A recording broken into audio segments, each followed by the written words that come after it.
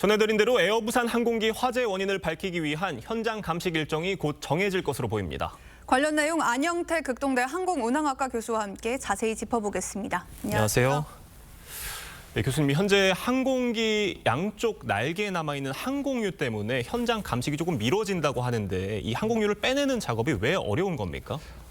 작업 자체가 매우 어려운 것은 아니지만 그 안에 지난번 화재로 인해서 기화성 가스가 잔존되어 있다면 그것을 물리적으로 여는 과정에서 일종의 스파크와 같은 것이 가해지면은 또 화재 또는 더 나아가서는 폭발 같은 발생의 가능성이 있기 때문에 보다 정밀한 안전 진단을 한 연후에 그러한 연료를 제거하는 작업을 진행 필요성이 있다면 그것을 검토해서 할 것이라고 생각됩니다. 네, 이 사고 당시에 해당 항공기 출발 시간이 20분 지연돼서 대형 참사를 막았다 이런 시각도 있는데 이게 불이 난 시각이 실제로 이륙을 한 이후였다면 더 위험했겠죠?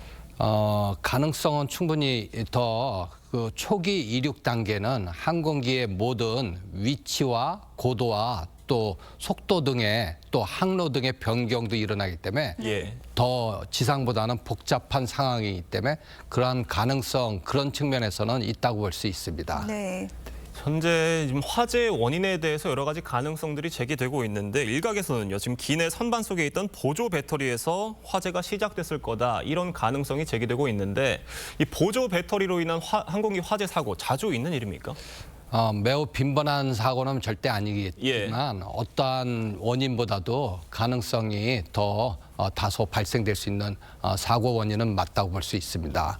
특히 이런 주로 이제 요즘 많이 쓰이는 모든 전자제품에 리튬 방식의 이온 그 배터리들이 많이 장착되어 있을 텐데요.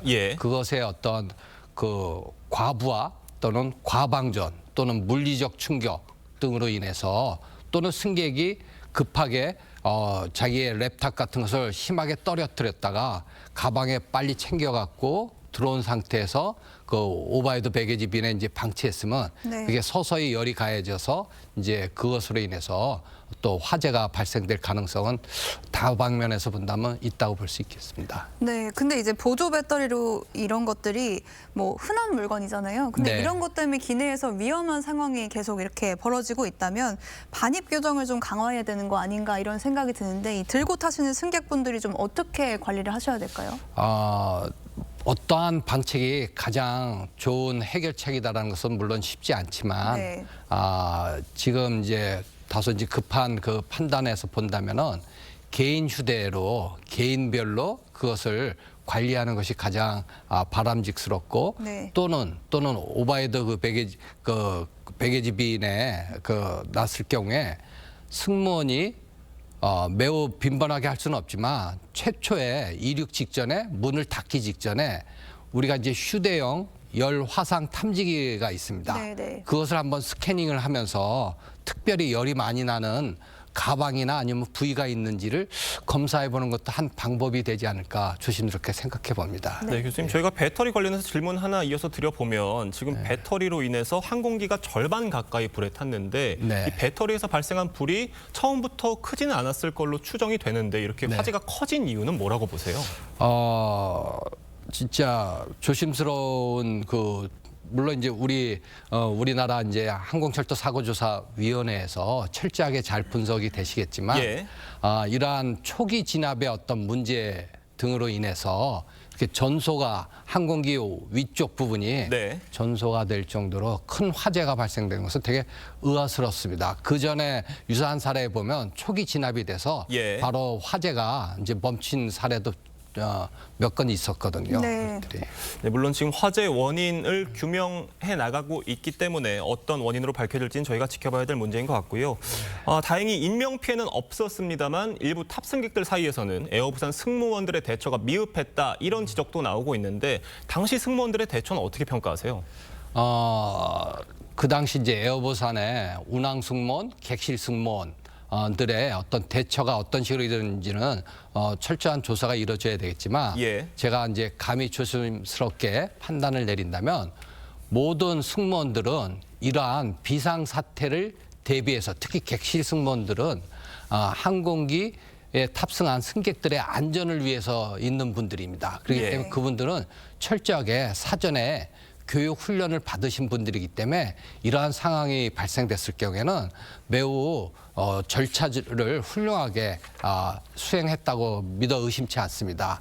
그리고 그런 것들에 대해서 승객들이 잘 따라주기를 절실히 바라는데 개인적 행동을 한다면 오히려 많은 혼란으로 항공기에서의 안전한 대피 이탈에 문제가 될 수가 있을 것입니다. 그런데 이 사고 당시에 안내 방송이 이루어지지 않았다 이런 얘기도 있는데 이 부분은 저희가 어떻게 봐야 되겠습니까?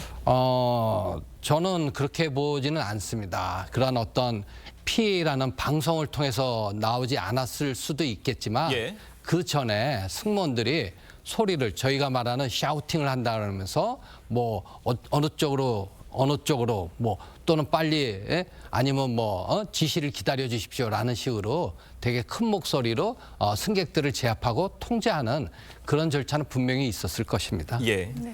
네, 이번 사고에서 사실 승객들이 비상구 문을 열어서 탈출을 시작을 했단 말이죠. 그래서 네. 그거를 문제 삼는 분들도 있던데 네. 이렇게 사고가 나면은 좀 어떻게 승객들이 대처하는 게 좋을까요?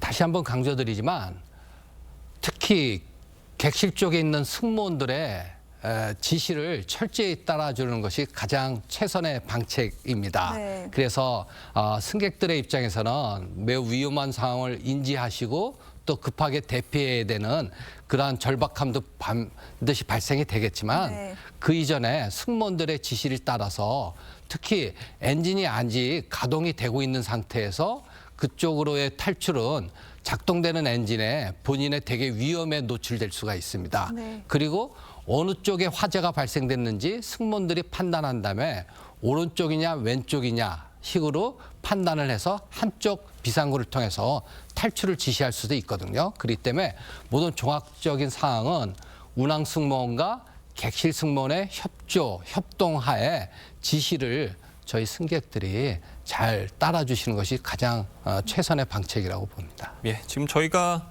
다행히도 이번에는 심각한 인명 피해는 없는 것으로 파악이 되고 있는데 만약에 이번에 항공기의 엔진이 가동 중이었다면 비상 탈출도 상당히 위험했을 거다 이런 얘기도 있어요. 맞습니다. 예. 그렇기 때문에 양쪽 엔진이 다 꺼져 있냐, 어느 한쪽에 엔진이 살아있냐, 또는 어느 쪽 엔진 부분에서 화재가 진행되고 있냐 등등을 판단을 해서 그쪽에 비상구와 도어를 열어서 탈출을 지시를 할 것입니다. 예. 그래서 네, 계속해서 미국 워싱턴 DC에서 발생한 여객기와 군용 헬기 충돌 사고 소식도 간단히 짚어보겠습니다. 이 사고 직전에 관제사가 헬기 측에 착륙 중인 여객기를 피해가라고 교신을 했다고 하는데 네. 왜 사고가 발생한 걸까요?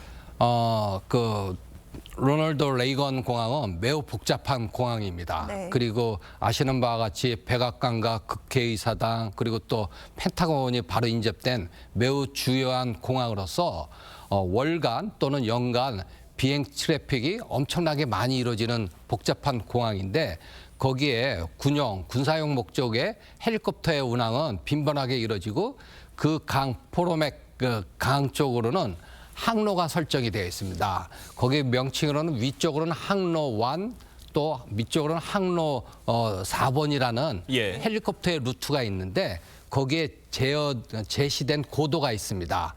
북쪽에서 내려올 때는 고도 200피트 이하로 유지해야 되고 그리고 그 공항 옆쪽부터 그 특별 지점까지는 네. 그 300피트, 그다음에 뭐 600피트 이런 식으로 고도 제한이 있는데 아직 정확한 그 자료는 저희 또한 못 받았지만 헬리콥터에 운항하는 그 고도가 몇 피트였는지 만약에 제시된 200피트를 초과해서 지금 일부 뉴스 매체에서는 400피트에서 충돌이 일어났다고 했는데 그 지점에서는 헬리콥터가 400피트를 유지하면 안 되고 200피트 이하의 고도를 유지해야 되는 그 항로가 되거든요. 네네. 그리고 두 번째 그래서 이제 고도의 어떤 문제가 의도적이냐 아니면 헬리콥터 내 고도계의 어떤 기압 수치 보정을 잘못해서 잘못된 고도로 유지됐었냐라는 헬리콥터 자체의 두 가지 문제를 저희가 유추해 볼 수 있고요.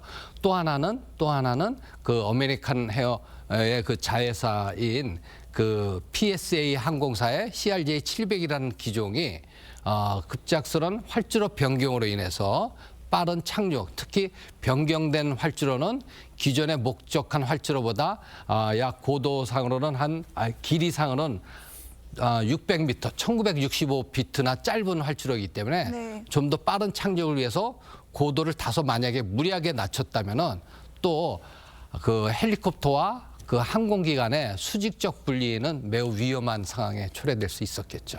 네, 두 항공기 사고 모두 정확한 사고 원인 규명이 필요해 보입니다. 지금까지 극동대 안영태 교수와 함께 이야기 나눴습니다. 나와주셔서 감사합니다.